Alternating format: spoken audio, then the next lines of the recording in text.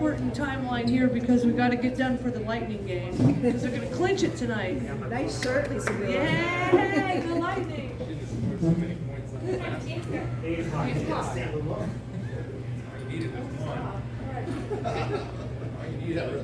All right, so I don't think we need to do board introductions because I think everybody knows us, so we can skip that, right? Yes. Prez? Okay. All right, so on to the sponsors. I'd like to thank AC/DC for playing the theme song. I'd like to thank David Hargraves and Investments Advisories. I know he's in England right now, but he was generous enough. He's been our gold sponsor. We have DRV Home Advisors with Dave and Rita Bennett. We have John Slocum with John Slocum with JS Coaching Systems, Inc. If I said John Slocum, nobody's going to sign up. But if I say JS Coaching Systems, now you're going to be flooded with coaching requests. Legacy Pools, which we just finished ours, and the process has been, I can tell you that Steve was at our house probably every week. Father's Day. Yeah, and Father's Day, right? I think because he thought Tanya would be in a bikini, but wasn't. No, he's been amazing. Longevity Wellness. We thank for Cynthia for her ongoing support. I think longest storm sponsor. Yeah, that's awesome. New Image. That's right. That's right. New Image Dentistry with Lisa. Sarasota Home Advisors with my beautiful bride back there. So if you are thinking of buying a house, good luck, because nothing's available. But that means if you want to sell your house, you're going to get a lot of money for your house right now. Sunshine Pool Cleaning, which is by Toby, who I made a sponsor is because he's my friend and he comes to my house for barbecues all the time. And Superflight Coaching, which is me. So are there any new members? No. Okay, perfect. Not perfect, but moving on. So old business, race reports. John, I think you're going to do the race report about Sebring. Okay. All right, as most of you know, because most of you are there, we had Sebring last weekend, or the week, I don't even remember, it was last weekend, 2 weeks ago. 2 weeks ago, we had 35 participants in that race. That was great. It's turning out that that's kind of turning into a storm fun weekend. I shouldn't say turning out, it is. I want to thank Ren particularly because she organized all of the activities around the race. And yeah, that's harder than racing. And she raced. So throw that in on top. Yeah, that's the only game in town that would hold up. We had, what, 38 people? Yeah. 38 people for dinner. That was really, it was really fun and the food was amazing. We had some great results. First, we had a flat tire. And by the way, I know that particular tire in there, you can't fix them easy. But we had some great results out of the 35 people. I'm just going to go right down the podiums that we had real quick, if you don't mind. We got 25 to 29. This is the Olympic. Connor Wolf was second. 50 to 54. Tom Egan was second. 30 to 34 women. Jennifer Klema was third. 55 to 59. Linda Bain was second. And 65 to 69, our own Tina took the win. Andy, I missed Andy after this then. Yeah, Andy won also, and that's 50 to 54. Yeah, he won, and he would have been ahead of Tom. Okay, I missed that one. Sprint, we had Tebow. He was first and 8th overall. He was first in the 20 to 24 and 8th overall in the race. Then we jump a little bit to 55 to 59. John Davis was first, and I personally was third in that race after a little off-track excursion. And then Marty was first in the 60 to 64, so we did really good in the men's side there. On the women's side, in 50 to 54, Wendy Rose was second. 55 to 59, our own beautiful Jacqueline was second. And Ren, after putting everything together, she pulled up into the 4th place position. 40 plus Athenas, we had Jen Haran was second. Clydesdale 40 plus, we had Ford Snodgrass in second. Sprint duathlon, Shauna Miller was third, and women, and third overall women, right, in the sprint duathlon. And our own Cynthia Clark taking her first ever podium position, second overall in the sprint aquabike. So, first podium ever. I was afraid there was hazing coming. High fives and fist bumps to you.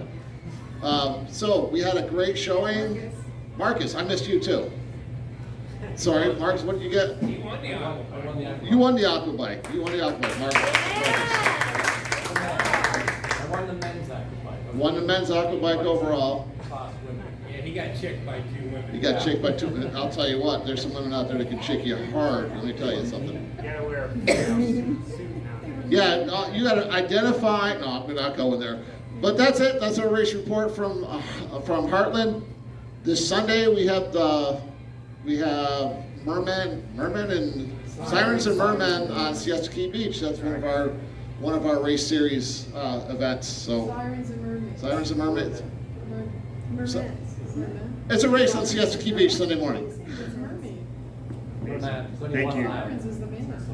No, Thank you, Sirens John. is the woman. Tanny and I sat halfway there for 7 hours in the side of our car, and finally I said, I'm leaving the keys in the car, we're taking an Uber, and I'm going to report it stolen. And the tow truck, this literally happened, and somehow it ended up fixed. So I'm sorry we couldn't be there, but we very much tried. Okay, finance and membership report. Okay, we spent a lot of money in May. The club started off with a balance of, oh, I just noticed I got an error in here, so I'm gonna have to send you a new one here, Marcus. The 1st of April 2021, the club balance was $18,356.08. At the end of May, the club balance was $15,486.08. And I know you're thinking, oh my God, what did we spend over $3,000 on? And the question, or the answer to that is, when we opened up the Castelli store, we needed to meet club minimum. So actually, that $3,000 is sitting in merchandise in the Storm store. So if you didn't get a chance to order something when we opened up the store, we had to order some extras. We ordered the popular sizes, and they're all sitting there in the Storm store. So take a look in there, and you know we probably have what size that you need. So the membership report, basically we've been hovering, around 158 to 160 members per month. It usually goes up 1 or down 1. We're down 2 memberships from April for a total of 158 members, made up of both family and individual memberships. The only other thing that I wanted to bring up under new business for finance was we as a board had discussed donations to charitable organizations. The Storm has donated to several charitable organizations in the past, and we wanted to bring that before the membership. So I'm not necessarily saying that we should make nominations for donations tonight, but maybe think about it over the next month or so as far as what organizations you think that we should be donating to. In the past, we've donated to Care to Try, we've donated to the juvenile diabetes, amongst tons of other organizations. So think about what charitable organizations in the community that you would like to see us as a club make donations to, and we can discuss how much and who we would like to donate to during the next meeting. I'm going to go ahead and put this as a item of discussion up on the Facebook page, the members' Facebook page, so we can get everyone to give their suggestions. And that's all I have.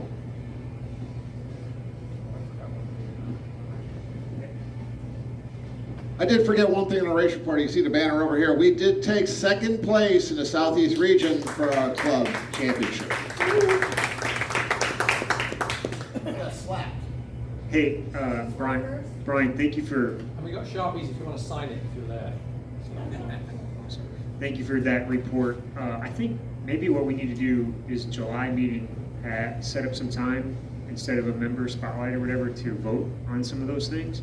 And then I also think that if we can put this out there, hopefully people are watching, let's vote on some of the things that we want to do with the club direction.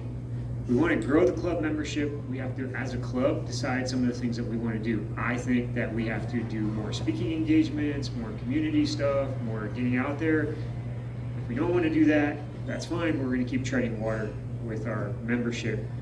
Also, the membership, if we're honest, is not that expensive. So buy a shirt, I'll buy one. So make sure that we support the club and exhaust whatever is in there. So Tanya, I know you're not training right now, but you're buying a cycling kit, as am I. So yeah, so that's really, so I guess that kind of falls into the board updates, if any. It's been an extremely busy, chaotic first few months for us, and the board's been amazing. But I think that I'd like to spend the last 3/4 of our time figuring out where we want to go as a club. We have Sarasota, we have so many people moving here, and we're just not doing anything to reach out. So I'd like to maybe put on the agenda for next time. Let's come up with some ideas. So if you have, I don't know, a workplace that you feel like we could talk to people about fitness or a bike club or anything, let's figure that out. That's how I used to grow my coaching business, and I'm happy to do speaking about health and fitness to any group. Member spotlight is postponed. Do you need me to fill in? No, couldn't get Okay. Skills workshop, Cynthia, you are up. So Cynthia's going to be talking about recovery.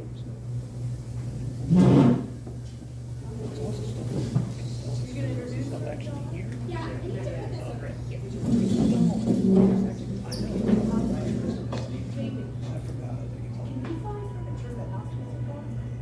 music. Cynthia asked me to introduce her, so she's gonna hate what I'm gonna do now. Ladies and gentlemen, children of all ages, I would like to introduce to you Dr. Cynthia Clark. She is a one-time industrial engineer. Did you know that she was an industrial engineer? That's kind of cool. And when you talk to her, you find out, yes, she has an industrial engineer's mind. 3rd degree black belt in Kung Fu. Don't mess with her, she will beat you up. She at one time was an avid motorcyclist, but doesn't like motorcycling here because it's just too flat. And wet. And wet. She's a triathlete who walks and talks and lives health. She's a board certified herbalist, 10 years in clinical practice, and graduated top of her class in one of the top acupuncture schools in the United States. So, with no further ado, Cynthia Clark.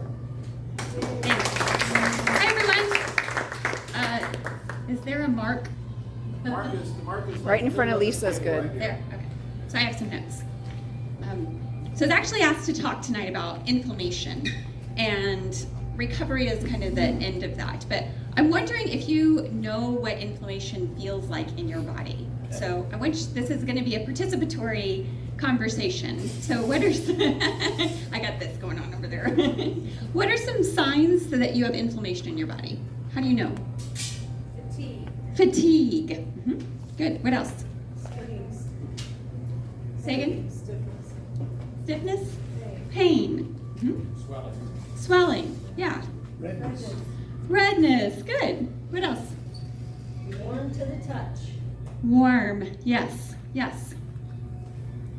You guys are doing a great job with the musculoskeletal inflammation. Where else might you have inflammation in your body? Skin, is that what you said? Mm-hmm. Skin. Where else?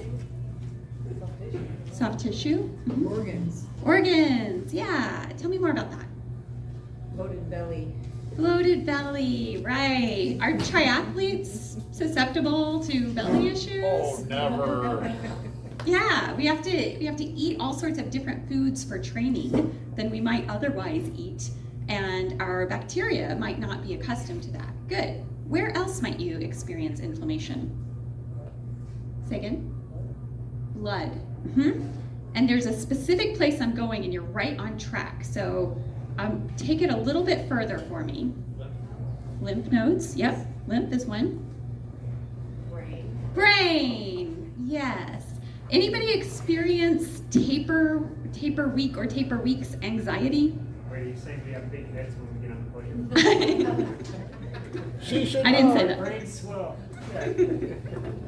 Yeah, that's part of the inflammation process. Okay, next question. Is inflammation good or bad? Both. It kind of just is.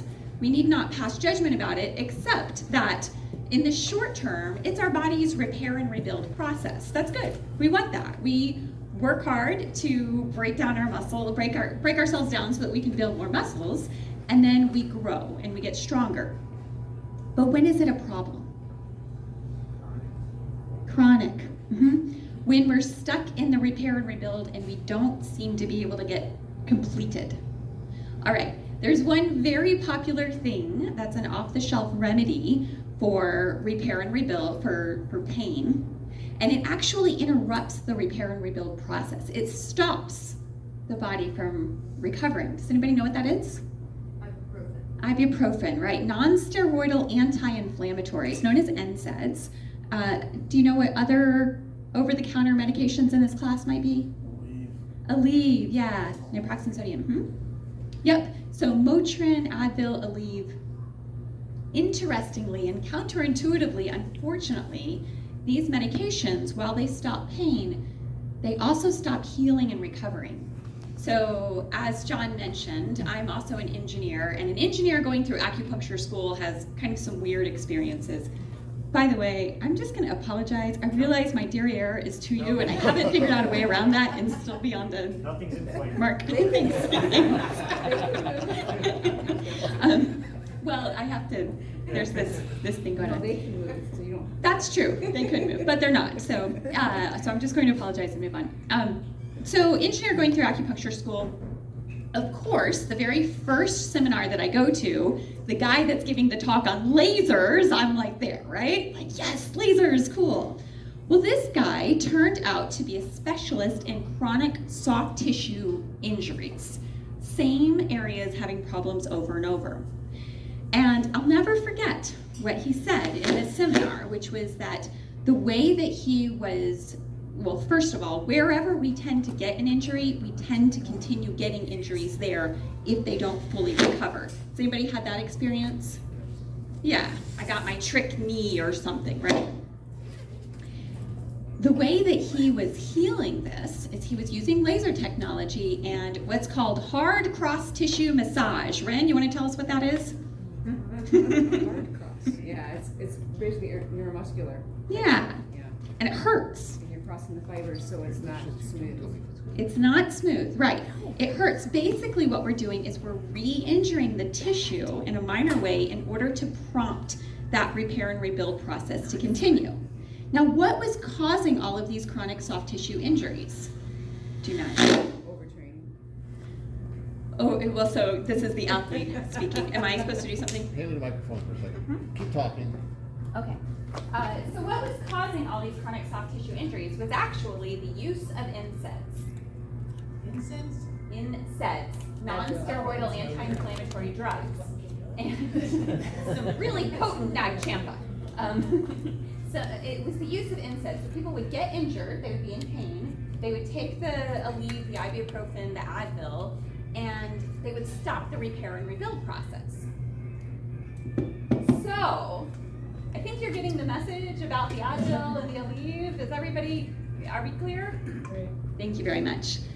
If I haven't sold you yet on the danger of these particular pharmaceuticals, let me share this with you, which is that 100% of healthy volunteers with no GI distress at all will show ulcers in the small intestine within 7 days of using Advil, Aleve, ibuprofen.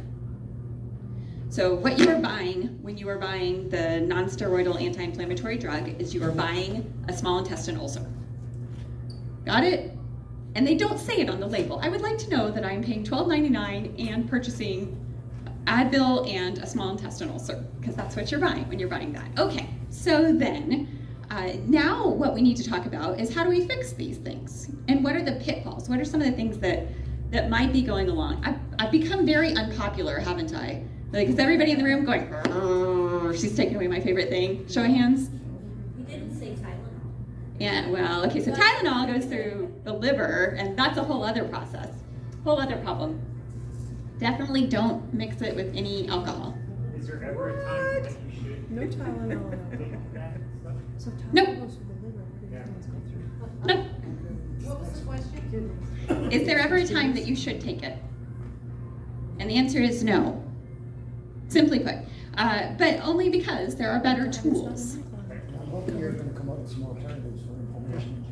What about a regular steroid? Ah, Prednisone. I used to. right. Okay. Addicted to Good. So I'm getting the sense that there's some pain going on in this group. Is that true? We live for pain. Well, actually, that's kind of true. In the book Suggestible You, there's a study quoted about different kinds of athletes and pain tolerance. Guess who has the highest pain tolerance of all athletes? Me? Yeah, it's endurance cardio athletes. Which might indicate that we don't know that we are under stress or that we're having problems. Or we don't. So let me just step into my engineer wheelhouse for a moment, and let's look at this logically. So what we want is we want tools, modalities that heal us without depleting us, right? We want things that make us better, that don't mess up our guts. Okay, so we're gonna get there. We'll get to that. But I wanna talk a little bit more about these other kinds of inflammations.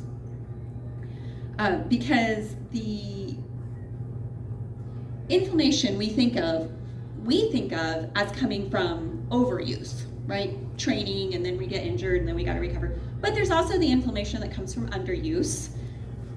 Yes, if you haven't been training for a while and you get back out there and it's like, oh, I got all these like aches and pains and things aren't moving. And then there's this other kind of inflammation that we all know about and we don't really talk about because we feel as athletes that it is our right to eat and drink whatever we like, right? That's why we do all of this. So what is that? What am I referring to here? Inflammation that we were talking about earlier, yes. Digestive? Yeah. Okay. Digestive, I'm really talking about toxins. I'm talking about things that exist in our environment that get into our system, that cause us inflammation. So give me some examples of some things that you eat that you do not feel very well the next day afterwards. Alcohol. Peanuts. Alcohol, peanuts, carbohydrates of any sort, Chocolate cake. Fried food. chocolate cake, fried food, sugar, coffee, pancakes. Like you're tired or you're like I can achy? eat waffles, I can eat French toast, but I can eat pancakes, I'm smoked for the day. I don't know what it is. All right.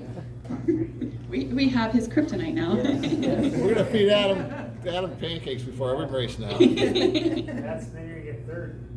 You want to go first, keep the pancakes away. So all of these foods, all of these things that we think of as foods, they're not really foods for us, right? By the way, what is my cutoff time? Whatever.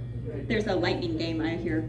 Yeah, we're good, we're good. Yeah, we're good. We're good. Please tell me in units of time. I'm an engineer. I was gonna say, 4,800 seconds. Yeah, you were supposed to be given 30 minutes, so I don't know what time we started. I don't know either. Okay, great. We're still really good on time. Yeah, We'll get in the at least lights. 20. We'll get in the lights. That's the thing. Thank you very much. Okay.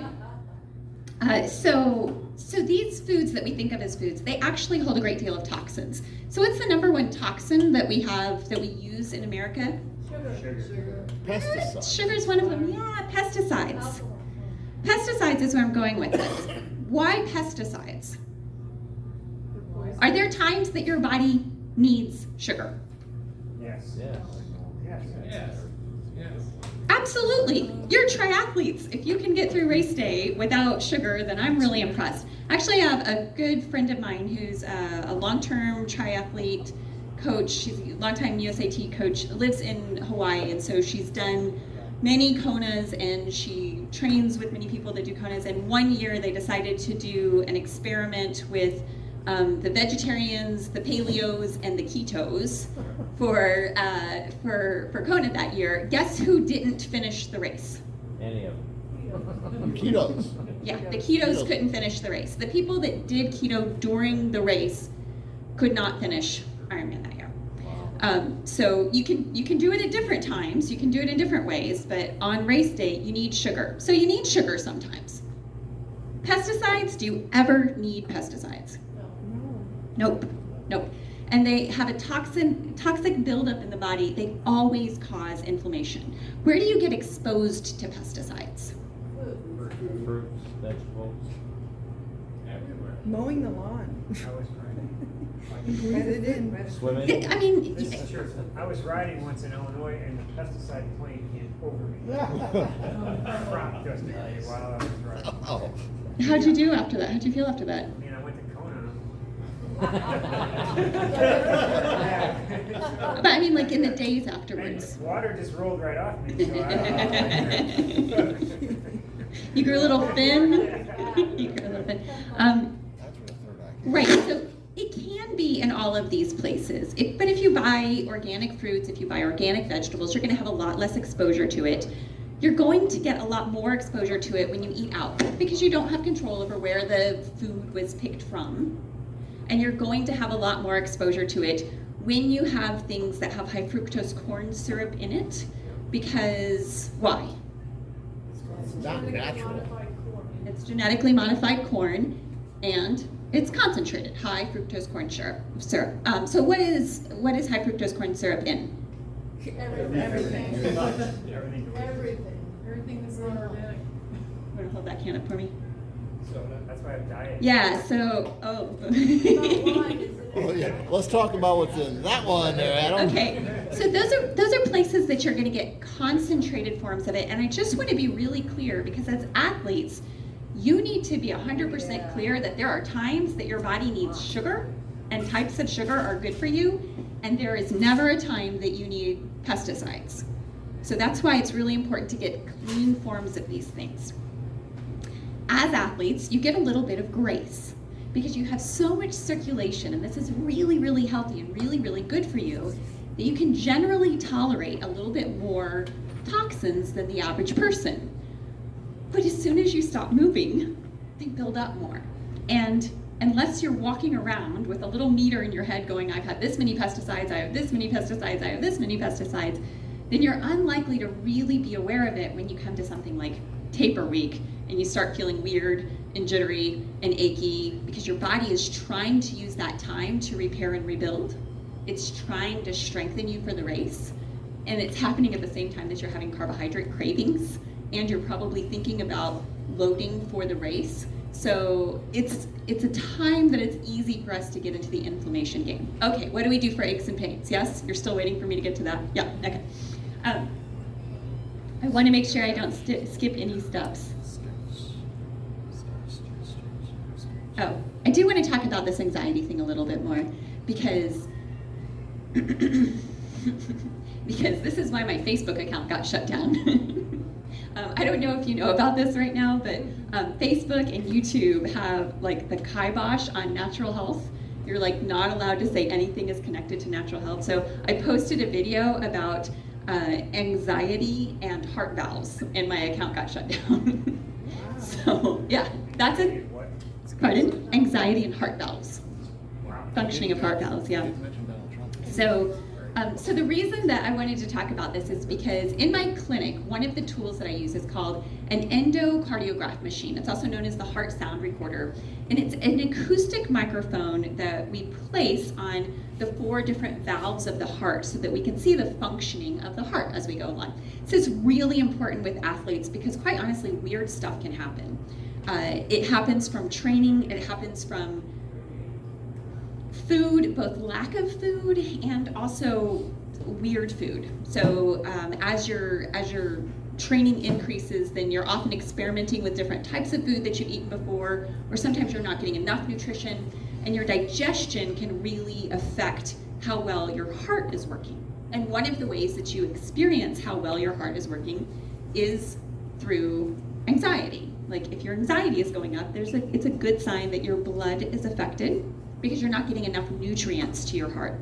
And the valves of your heart aren't beating properly. And when that happens, your body's trying to say, hey, pay attention, this is really important. And so it gives you a neurochemical signal that's designed to very specifically to get your attention. And that's anxiety, that's what we feel. We feel like something's really wrong because something's wrong and we're supposed to pay attention to it.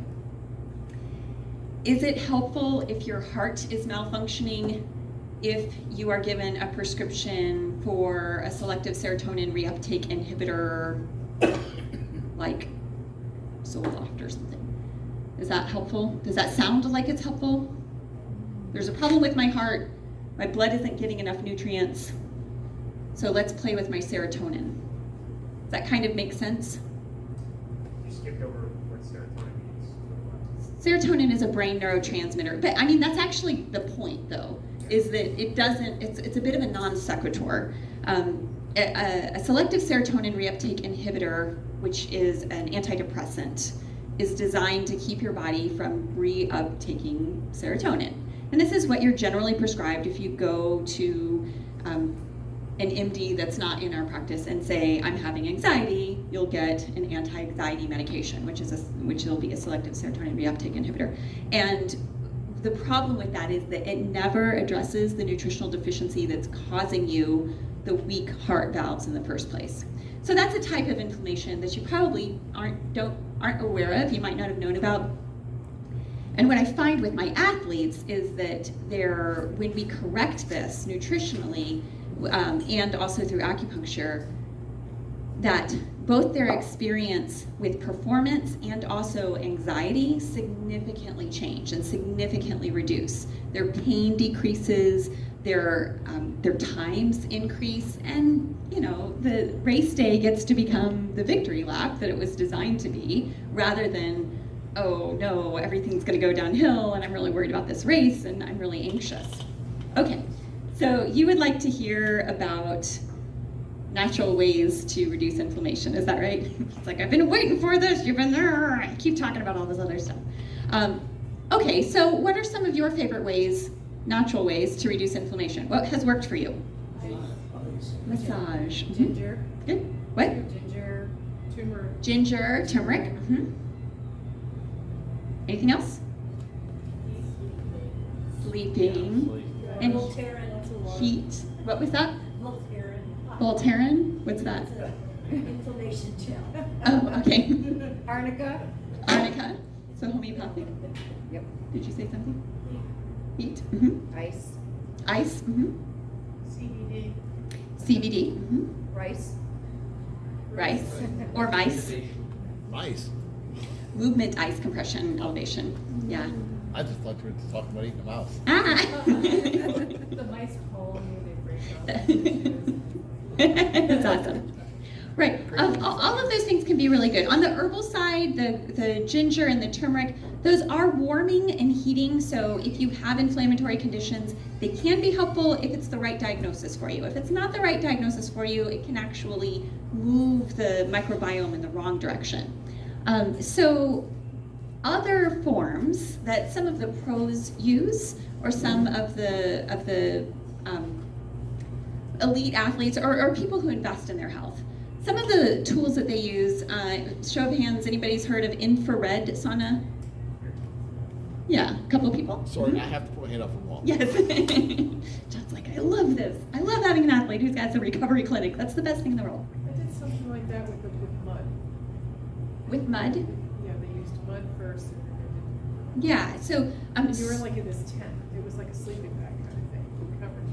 yes. So that can help pull toxins out. So in my clinic, you don't have to get covered with mud. You can just sit in the sauna for 10 minutes and it's easy. Infrared sauna penetrates more deeply than just heat alone. So that's why it's more effective and why you can do shorter bursts and still have it be very effective. Most importantly, the difference between infrared sauna and an NSAID is that 1, it's not going to wreck your small intestine. 2, it's not going to wreck you at all. It's actually going to make you stronger. It simultaneously will help boost your immune system, boost your endorphin level, and it's even very good for your skin. If you take enough NSAIDs over time, then you will have more and more problems. And that was actually part of my story, and what brought me to Chinese medicine in the first place was that I had these terrible, awful, painful menstrual cramps, and I kind of got the sense that there was a limited amount of those NSAIDs that I was allowed to take in my life, and I was coming up on it. And I had read somewhere that Chinese medicine had a 100% effectiveness rate with menstrual cramps, and that was like, you don't hear those kinds of numbers in Western medicine ever. 100% just isn't a number, and sure enough, there's reason for it. There's validity to it. After being in practice in 10 years, I definitely attest to that. So the the infrared sauna is one of my favorites. How many of you have heard of pulsed electromagnetic frequency mats? Yep, some? Yeah.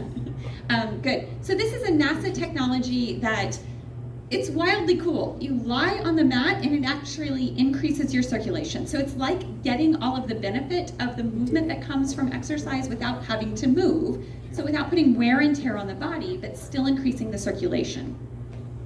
That's called a beamer mat, and it's used by some of the most well-known triathletes whose names at this particular moment are escaping me, but the USA Triathlon top-ranked female, anyway, has a video on it that I often show in my clinic about, like, here's the blood circulation and here's how it changes.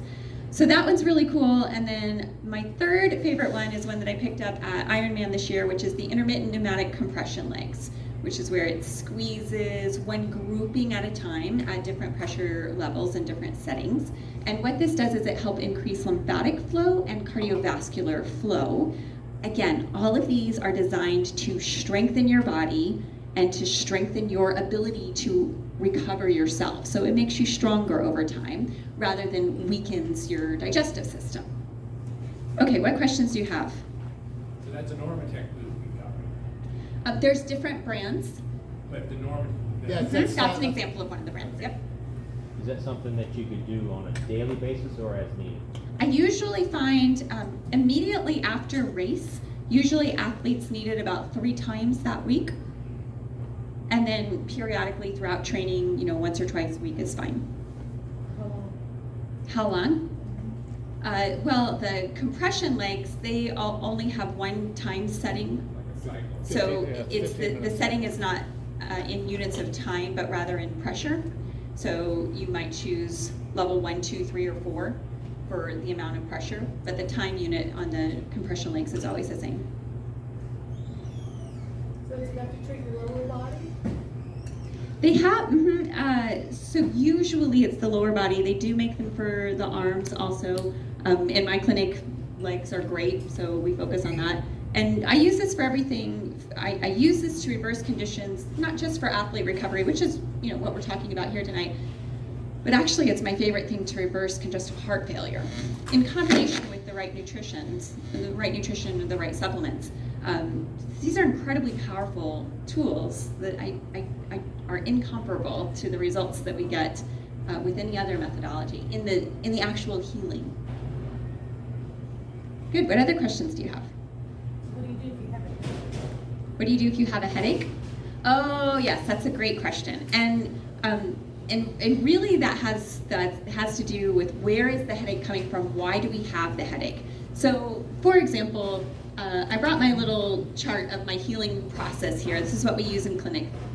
So the first thing that we do is we get focused. We find out what the body's healing priority is. Basically, we could say there's 7 different kinds of headache. They might come from any of a variety of things. If it comes from like coffee withdrawal, then that's very likely what's happening is that you're having a mold detoxification, and it's best to walk through that journey. Drink your water, drink your green tea. It's not a caffeine withdrawal, it's a mold withdrawal. It's you're detoxing mold, and to let yourself go through the process. But there's other types of headaches that come from tight muscles or structural imbalance, and then those are important to treat in different ways. They could also come from gallbladder channel stagnation, they can come from liver qi stagnation, toxins in the liver. So it's important to have the right diagnosis in order to know what the right thing is to do. Some headaches it's important to let them go, some it's important to get attention to immediately. In step 2, we get safe and we find out what's causing the problem. So whether that's chemical, environmental, whether that's pesticides or mold, whether that's food sensitivities or immune stressors. In step 3, we get free. We get those out of the diet or the environment as much as possible. In step 4, we get clear, and we figure out if we need to get clean or get strong. This is really important for athletes because there's a right time to do things and there's a wrong time to do things. We never want to start a detox a month before race day, for example. It's very important to take the right steps at the right time. The same way that you wouldn't try a new supplement on race day or a new nutrition bar on race day. You want to make sure that you're clear. Before a race, a big race, would you do a detox? Depends on the athlete and depends on the length of the race. If we're talking an Ironman level race, I don't want to mess with anything 3 months before that. If we're talking a sprint and a new athlete, I probably don't want to do anything within 2 months of that. What about a half Ironman? And so it depends on the health of the person. If we're like, you know, we've done this before, we've done this many times, then we can probably do a detox up until 2 months before. If it's a first time, then, you know, again, we're going to give it a nice clear 3-month window so that we're staying precise. In our clinic, we also have registered dietitian, functional medicine registered dietitian. This is Natalia Garcia. She's also an athlete. She's a far better athlete than mine. She represented Mexico in the Tennis World Cup this past year, so she's a pro athlete and she's aces at identifying nutritional plan and recommendations, very specific recommendations for leading up to that. And she's also on the schedule as a speaker. Great. We haven't decided that when happened? yet. Oh, okay. Good. Well, that was going to be up to you guys. If that was something that you'd be interested in and hearing more about, then we'd be happy to ask her to come speak. Did that answer your question? Okay. And step 5 is getting energized. Step 6 is moving on and increasing resilience. If you're getting the impression that the answers are not cookie cutter and that it's not just there's one answer for everybody all the time, you're very correct. It really, I mean, just looking around the room, right? We have people in here that are nationally ranked. We sometimes have people in here that are pro athletes. We have people in here that are armchair athletes, or myself, small business owner, and I like to do these things to enhance my own health. We have really different bodies. We have really different microbiomes, and because of that, it's very important to get the right diagnosis and the right information. So I do have, for those of you, I know some of you, I've seen the looks on your faces, some of you are interested in learning more and may be interested in an opportunity to work with me. So I put together a special gift tonight, which is that for anybody that does want to sign up for an initial appointment this evening, I'm going to include a gift of that Beamer and that sauna and the compression legs that I mentioned. So you'll get a free round of all of those treatments. Those are usually $40 each, by the way, so that's a gift of $120. And I have those up on the table here. Again, each body is individual and each person is different. And tuning in to where you are at exactly the right time and giving you the leverage that you need to move forward is can really be an incredible game changer. It's like working with a great coach, right? Because we can't really truly observe ourselves clearly. As much as I might try, I simply can't be accountable to myself. There was a day when I was training for, I don't remember, it was my half or my full, and I texted my coach and I'm like, I'm sorry, I suck, I just have no motivation, I don't know what it is, I just can't get my training. Oh, you said I quit. I said I quit. I just can't get any motivation, like I'm just not up to this. And he said, why don't you keep a food log for me? And I'm like, I'm a nutritionist, man. Like, that's the one thing that I know it isn't. We're really clear on this. Guess what it was? I simply wasn't eating enough food. I wasn't eating enough of the right kind of food at the right time. So even if you know a lot of things, it's really, really difficult to be accountable to yourself. And it really helps to have a great team to work with so that you know where you can go for support when you need it. Am I doing this right? No, I think the battery's dying again. That was an old battery too. Okay, well, that's my signal. But I want to say, not only are you a sponsor, but you just basically comp people 3 times the membership. Yeah. So thank you for that, seriously. And everybody, where are you located? Oh, so I'm on State Road 64, 2 miles west of I-75. You just take Pastor that, Tim. Mike. Right behind the Culvers, which is of course great advertising for me. So you can go and have a shake afterwards. Or probably Up to the before, north, so we can move that stuff through you. Yeah. And the shake reduces inflammation in your throat. Okay, and there was. Oh, right. I just wanted to talk about this herb I didn't thing. know what my Hey, kill that one. Let's just cut that off. I just wanted to talk about this herb thing because this is really common in my world, right? So I'm an industrial engineer turned acupuncturist. I studied 10 years. Do I need to? Oh, okay. I've studied 10 years postgraduate about Chinese herbs, Western herbs, homeopathy, and very often I will hear people say things like, they'll come to me for their initial appointment and they'll say, yeah, I've tried herbs, that doesn't work. So I submit to you that the one herb that you tried that was maybe a recommendation from a cousin or the person at the nutrition store that was well intended, but wasn't really clear on your body, your goals, your career, your lifestyle, is not the same as an herbal recommendation, custom raw herbal formulas or powders that are put together specifically for you, timed with the right nutrients at the right time. So I want to create that separation in your mind of awareness. All herbs and all herbal formulas are not the same. What really matters is the right diagnosis and taking the right things in the right ways at the right time. Like you may know, oh, ginger is good for digestion. And you may know, oh, peppermint is good for digestion. And some people are really great with ginger and some people are really great with peppermint and some people can do both. Energetically, earlier, I referred to the temperature of ginger. What is the temperature of ginger? It's very hot. Yeah, it's warm. What is the temperature of peppermint? Cooling. You know that. You 100% know that. You're 100% clear on that. You know the temperature of these herbs without anybody having to explain it to you. Do you know that there is not a phytochemical that Western medicine can isolate into the temperatures of hot and cold?